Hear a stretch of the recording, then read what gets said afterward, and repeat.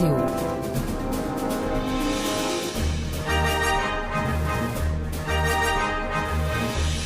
Em Brasília, 19 horas.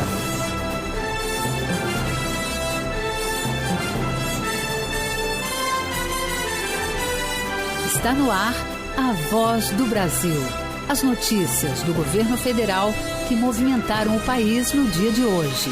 Olá, uma boa noite. Boa noite para você que nos acompanha em todo o país. Terça-feira, 3 de janeiro de 2023. E vamos ao destaque do dia. Mais 11 novos ministros assumem cargos. Luiz Marinho, ministro do Trabalho e Emprego, defende a criação de empregos dignos para o combate à desigualdade.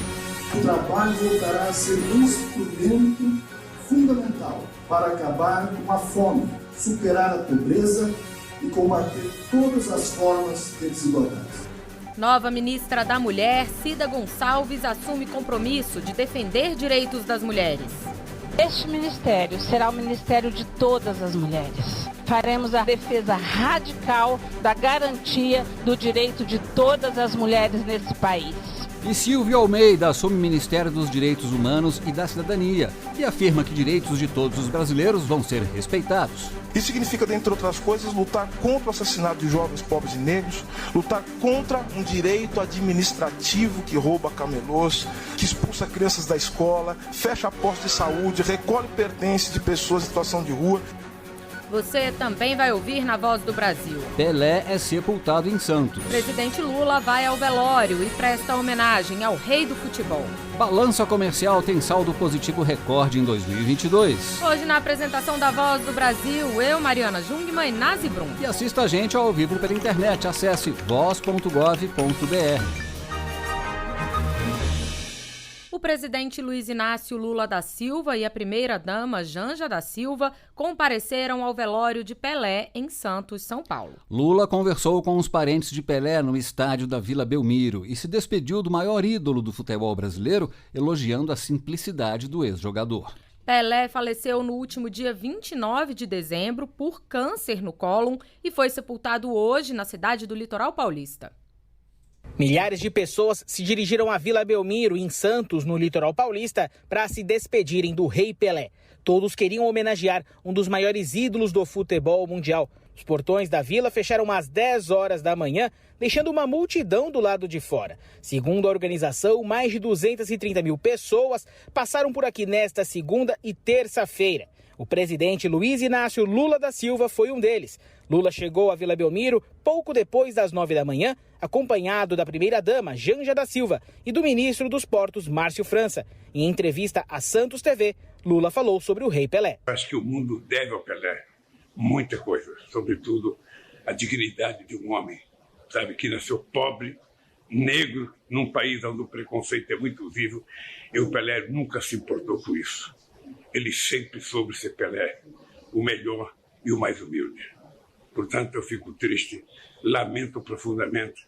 Eu que tive a oportunidade de ir ao Pacaembu, o Pelé jogar muitas vezes. Então, eu acho que todos nós devemos um pouco ao Pelé. E o Brasil deve muito. Na tenda onde estava o corpo de Pelé, Lula abraçou familiares do ídolo, como o ex-goleiro Edinho, seu filho, e a esposa Márcia. Em seguida, acompanhou uma oração ao rei do futebol, acompanhada por uma salva de palmas. Após o cortejo, que passou em frente à casa da mãe de Pelé, Dona Celeste, o corpo do rei do futebol foi sepultado no Memorial Necrópole Ecumênica, em Santos. Reportagem Lincoln Chaves. Mais um dia de transmissões de cargo para os novos ministros. Luiz Marinho, que assumiu hoje o Ministério do Trabalho e Emprego, afirmou que sua gestão será pautada pelo diálogo. E defendeu o trabalho como instrumento de desenvolvimento social e combate às desigualdades. Para comandar os trabalhos do Ministério da Previdência Social, foi empossado também nesta terça-feira Carlos Lupe. Uma das metas anunciadas pelo novo ministro é zerar as filas do INSS. Presidente do Diretório Estadual do Partido dos Trabalhadores, sindicalista e deputado eleito, Luiz Marinho retorna ao ministério que comandou no primeiro mandato do presidente Lula. Empossado nesta terça-feira, à frente do Ministério do Trabalho e Emprego, Marinho ressaltou o desafio de dar protagonismo à pasta para que esteja no centro das definições políticas do país. Ele destacou em seu discurso que tecnologia e produtividade são estratégicas estratégicas para a construção da nova agenda e defendeu o trabalho como instrumento de desenvolvimento social e combate à fome. Essa é a missão que recebi do presidente Lula: contribuir para transformar esse nosso Brasil em um país desenvolvido, com empregos dignos, bons salários, proteção social, trabalhista, sindical. O trabalho voltará a ser instrumento fundamental para acabar com a fome, superar a pobreza e combater todas as formas de desigualdades. Entre as metas de sua gestão, o ministro Luiz Marinho ressaltou o incentivo ao diálogo social, a negociação coletiva, a economia solidária e as cooperativas. Também defendeu a valorização permanente do salário mínimo, além da regulação das relações trabalhistas por meio de aplicativos e plataformas, como no caso de entregadores e motoristas. Parte do Ministério do Trabalho, na gestão anterior, foi recriado o Ministério da Previdência Social e, para comandar a pasta, também nesta terça-feira, tomou posse o presidente do PDT e ex-ministro do Trabalho, Carlos Lupe. Ele destacou que uma das metas para os próximos anos é zerar as filas do INSS. São seres humanos humildes que ajudaram a construir a grande nação que somos hoje. A eles é que nós nos dedicaremos a cada dia, a cada momento, para resgatar a dignidade da sua aposentadoria. E não me cansarei e não desistirei enquanto não acontecer isso. Em meu lugar, acabar com essa fila que destrói cidadania. Informatizando, melhorando a automação, continuar tendo bônus para quem produz mais. É dívida dos estados, dos municípios e da União. Não é favor, não é peso, é dívida. O ministro afirmou que vai criar uma comissão com representantes de empregados, patrões, aposentados e governo para estudar uma possível revisão de alguns pontos da reforma da Previdência, aprovada em 2019. Também anunciou a criação de um portal específico para que sejam acompanhados mês a mês os dados da Previdência. Reportagem Gabriela Noronha.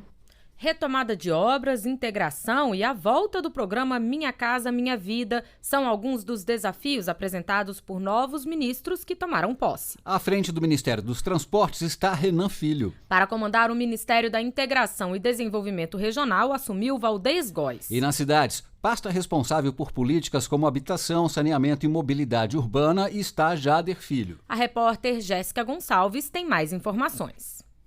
O novo ministro dos Transportes, Renan Filho, foi eleito senador por Alagoas. Em seu discurso à frente da pasta, disse que será preciso fazer um esforço para recuperar a malha rodoviária, retomar obras paradas e ampliar a malha ferroviária. Ele afirmou que em 15 dias pretende entregar um plano de ação para os próximos 100 dias à frente do ministério. Buscaremos ampliar a participação das ferrovias na nossa matriz de transportes, unindo forças com o setor privado para tornar as autorizações realidade e concluir as obras públicas que colaborarão para escoar cada vez mais a nossa safra, com o objetivo de trazer mais segurança também para motoristas e suas famílias, cada vez mais tirar carga pesada das rodovias e passá-las para os trilhos. Segurança viária será prioridade. Salvaremos vidas, seja duplicando rodovias em uma estrada de alta demanda, seja criando uma terceira faixa para evitar ultrapassagens arriscadas ou aprimorando a sinalização, ou mesmo recuperando integralmente uma rodovia. Também nesta terça-feira foi feita a transmissão de cargo ao novo ministro da Integração e do Desenvolvimento Regional, Valdez Góes, que governou o estado do Amapá por 4 mandatos. A pasta foi recriada pelo governo Lula e está responsável pela Companhia de Desenvolvimento do Vale do São Francisco, a Codevasf. Góes falou sobre um dos desafios no comando do ministério. Pois temos uma missão de grande monta a realizar. Uma delas será a da proteção e defesa civil e de gestão de riscos e desastres. Um desafio agravado pelas mudanças climáticas e que demandará um esforço concentrado para garantir o efetivo amparo ao povo brasileiro de norte a sul do Brasil. Já o novo ministro das Cidades, Jader Filho, afirmou que é preciso retomar obras, voltar com o programa Minha Casa Minha Vida e refazer o Pacto Federativo. Vou conversar com todos os governadores, com os prefeitos, com os deputados e senadores. Além do desafio de refazer o Pacto Federativo, temos o desafio de realizar um governo participativo. que esteja aberto aos movimentos sociais. Filho do senador Jader Barbalho e irmão do governador do Pará, Helder Barbalho, o novo ministro, que tem 46 anos, assumiu a presidência do MDB no estado em 2019, com o fim do mandato do pai. Reportagem Jéssica Gonçalves. Combate à fome com aumento na oferta de alimentos e investimentos na reforma agrária. Compromissos assumidos pelo ministro do Desenvolvimento Agrário e Agricultura Familiar, Paulo Teixeira. André de Paula também assumiu hoje o Ministério da Pesca e Aquicultura. Extinto em 2016, o MDA volta agora como Ministério do Desenvolvimento Agrário e Agricultura Familiar. O ministro Paulo Teixeira garantiu que a prioridade vai ser aumentar a oferta de alimentos e acabar com a fome no país, aliado à reforma agrária. Além disso, Paulo Teixeira ressaltou a importância dos produtores rurais para a preservação do meio ambiente e disse que fará um trabalho junto aos movimentos sociais e comunidades tradicionais. Queremos resgatar o papel do Estado brasileiro, que através desse e de outros ministérios deve promover o acesso à terra. Nossa proposta a partir de hoje é trabalhar muito para colocar comida farta e de qualidade na mesa dos brasileiros e das brasileiras. Creio que a missão desse ministério é também manter boa articulação com os movimentos sociais. Outro ministro que tomou posse nessa terça-feira foi André de Paula, na Pesca e Aquicultura. Outra pasta que havia sido extinta desde 2015 e agora volta para incentivar a atividade profissional, apoiar pescadores e também incentivar o consumo de pescado. Na cerimônia, André de Paula reforçou a importância da atividade pesqueira para o país, seja profissional ou artesanal, e garantiu que o Ministério vai incentivar a gestão sustentável da pesca e aquicultura, o aumento da produção e a valorização das comunidades tradicionais. Promover o desenvolvimento sustentável da pesca, a fim de garantir renda e segurança alimentar a milhares de pescadores associados a essa meta, ao esforço de uma gestão responsável de recursos pesqueiros que busque a recuperação dos nossos estoques. Estimular o aumento da produção da aquicultura brasileira, desenvolvendo o seu grande potencial. Segundo a Organização das Nações Unidas para a Agricultura e Alimentação, a FAO, a aquicultura é a mais rápida das atividades agropecuárias em termos de resultados produtivos e uma das poucas capazes de responder com folga ao crescimento populacional, o que pode contribuir para o combate à fome em todo o mundo. Reportagem Luciana Colares de Holanda. O combate às notícias falsas, conhecidas como fake news, vai ser uma das prioridades da Secretaria Especial de Comunicação da Presidência da República. Compromisso assumido pelo ministro Paulo Pimenta, que assumiu o cargo hoje. O ministro também defendeu uma relação aberta do governo com a imprensa.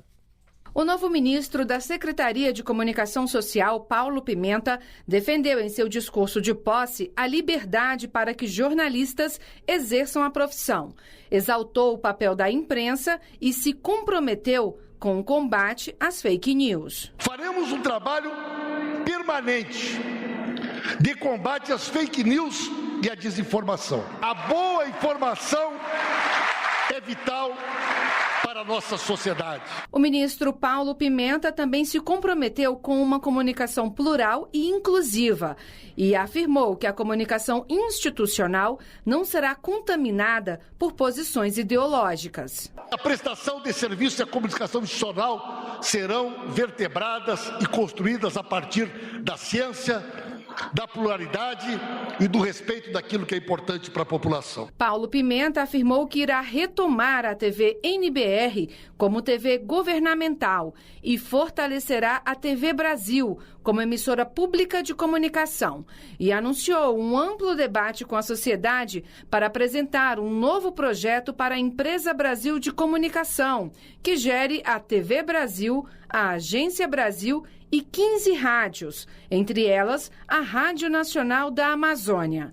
A EBC também é responsável pela Voz do Brasil do Poder Executivo Federal. Reportagem Luana Karen. Ano novo tem queda no número de mortos, feridos e acidentes graves nas rodovias federais. Os detalhes daqui a pouco. A nova ministra das Mulheres, Cida Gonçalves, assumiu o cargo hoje e afirmou que pretende trabalhar para aumentar o orçamento de seu ministério nos próximos anos e manter programas prioritários para a defesa do direito das mulheres.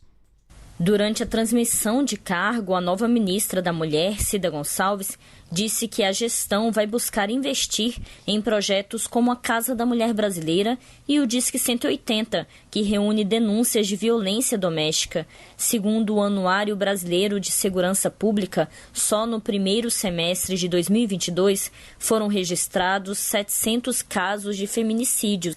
Em 2021, 66 mil mulheres foram vítimas de estupro e 230 mil de agressões físicas. A nova ministra também disse que será prioridade investir em políticas para melhorar a presença das mulheres no mercado de trabalho e nos poderes públicos. Cida Gonçalves ressaltou que a pasta voltada para os direitos femininos teve o orçamento reduzido nos últimos anos e disse que vai trabalhar para reverter essa perda. Para 2023, conseguimos no grupo de trabalho reverter parcialmente essa perda para dar continuidade aos programas prioritários da pasta. Não é suficiente, mas com o conhecimento de que sem verba não é possível realizar políticas públicas, estaremos sempre trabalhando pelo aumento do orçamento público para as mulheres. Cida Gonçalves destacou também a escolha de 11 mulheres na composição da equipe ministerial do novo governo.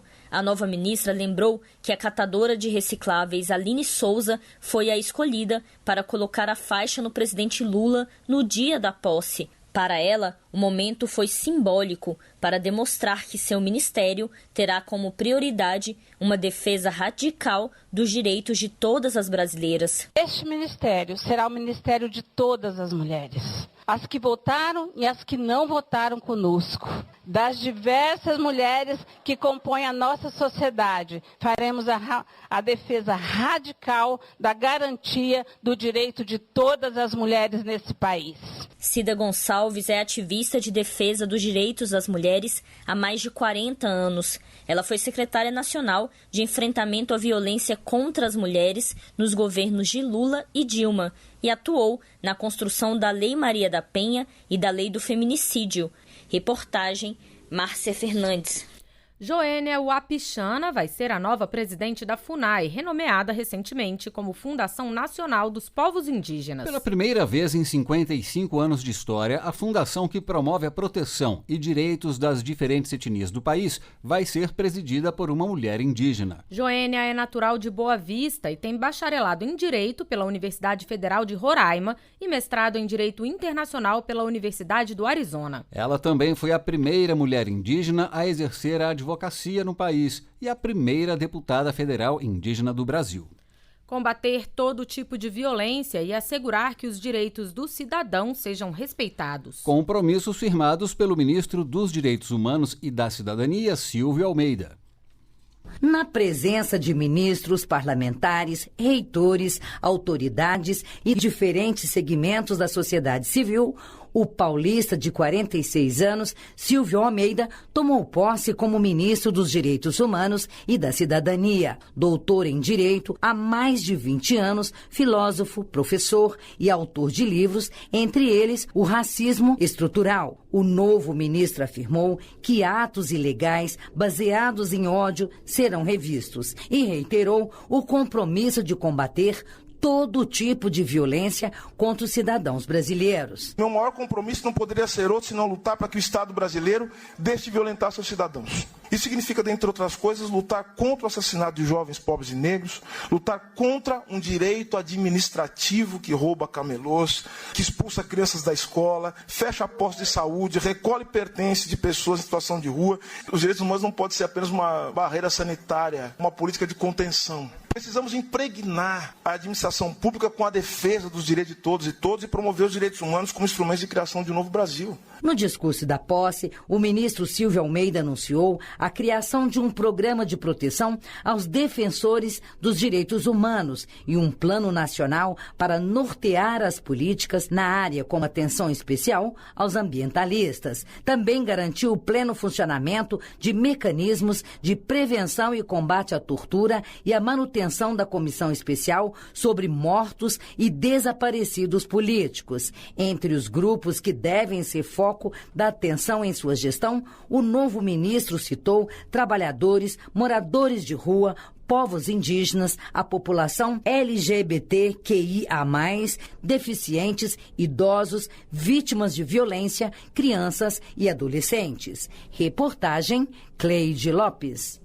E neste momento está tomando posse Vinícius Carvalho na Controladoria Geral da União. A CGU é responsável pelo controle interno do governo federal e realiza atividades relacionadas à defesa do patrimônio público e da transparência da gestão. O ministro falou sobre o papel da Controladoria Geral da União.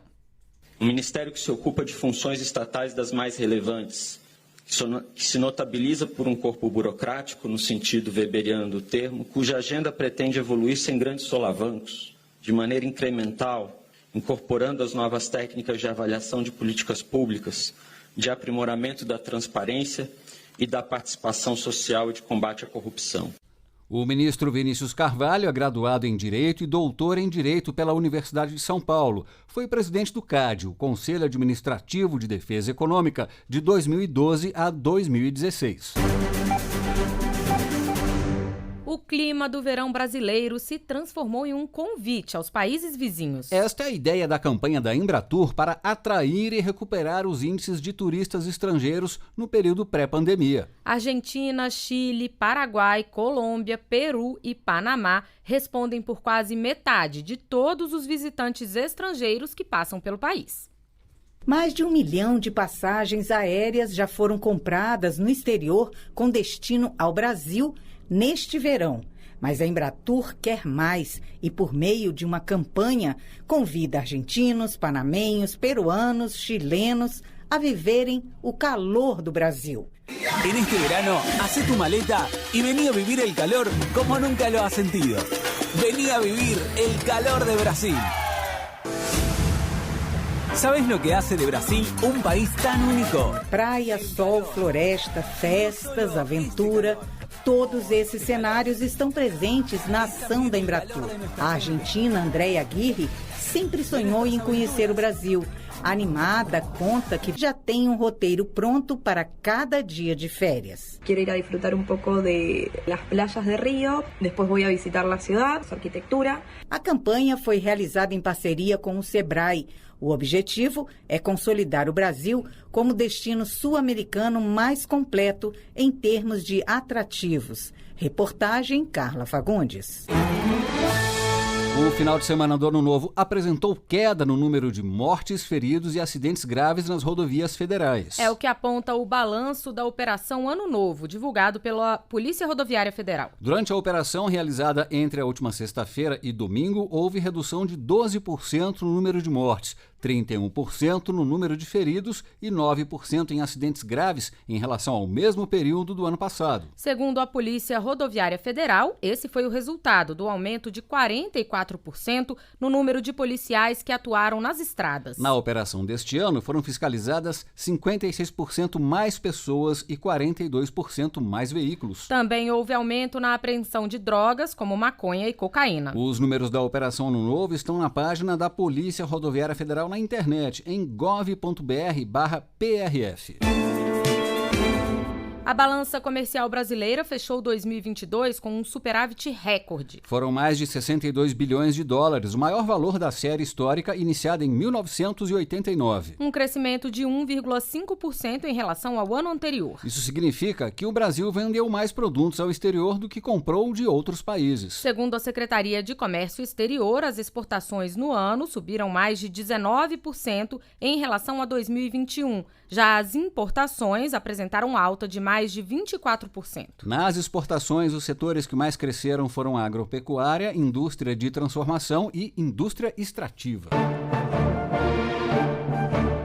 O BNDES, Banco Nacional de Desenvolvimento Econômico e Social, e o KfW, Banco Estatal de Desenvolvimento da Alemanha, firmaram um contrato de doação para o Fundo Amazônia de até 35 milhões de euros. O Fundo Amazônia promove ações de prevenção, monitoramento e combate ao desmatamento e de promoção da conservação e do uso sustentável da Amazônia Legal. E essas foram as notícias do Governo Federal. Uma realização da Secretaria de Comunicação Social da Presidência da República. Com produção da empresa Brasil de Comunicação. Fique agora com as notícias do Poder Judiciário e do Congresso Nacional. Uma boa noite. Boa noite para você, até amanhã. A Voz do Brasil. Governo Federal.